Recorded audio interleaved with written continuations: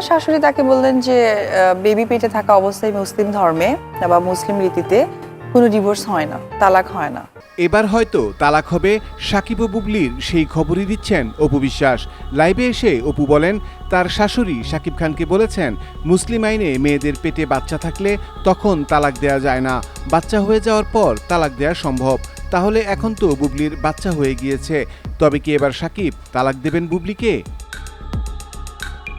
এই বিষয়ে আমরা সাকিব খানের কাছে জানতে চাইলে তিনি বলেন, বুবলি আমার কোনো কথাই শোনে না, সে সবকিছুই আমার অনুমতি ছাড়া করে।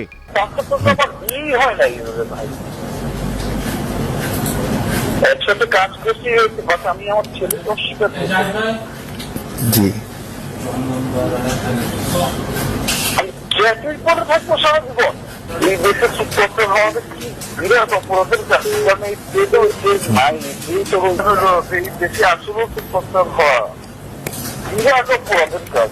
অপরদিকে বুবলির সাথে এই বিষয়ে কথা বললে তিনি জানান, আমি তেমন কিছু জানি না কেন সাকিব ইদানিং ফোন করে বাজে ব্যবহার করছে। সাকিবের এমন ব্যবহারে আমি কখনোই প্রস্তুত ছিলাম না। ফোন রিসিভ করার সাথে সাথেই উনি খুবই রিয়্যাক্ট করেছে এবং সেটা উনি নিজেও স্বীকার করেছেন পরবর্তীতে যে উনি খুব বাজে ব্যবহার করেছেন। তিনি আমাকে কোনো কিছু জিজ্ঞেস করেননি, কোনো কিছু ক্রস চেক করেননি, কোনো কিছুই ছিল না, সেটা খুব বাজেভাবে ব্যবহার ছিল এবং সেই ব্যবহারটা আমি ওটার জন্য আসলে প্রিপেয়ার ছিলাম না।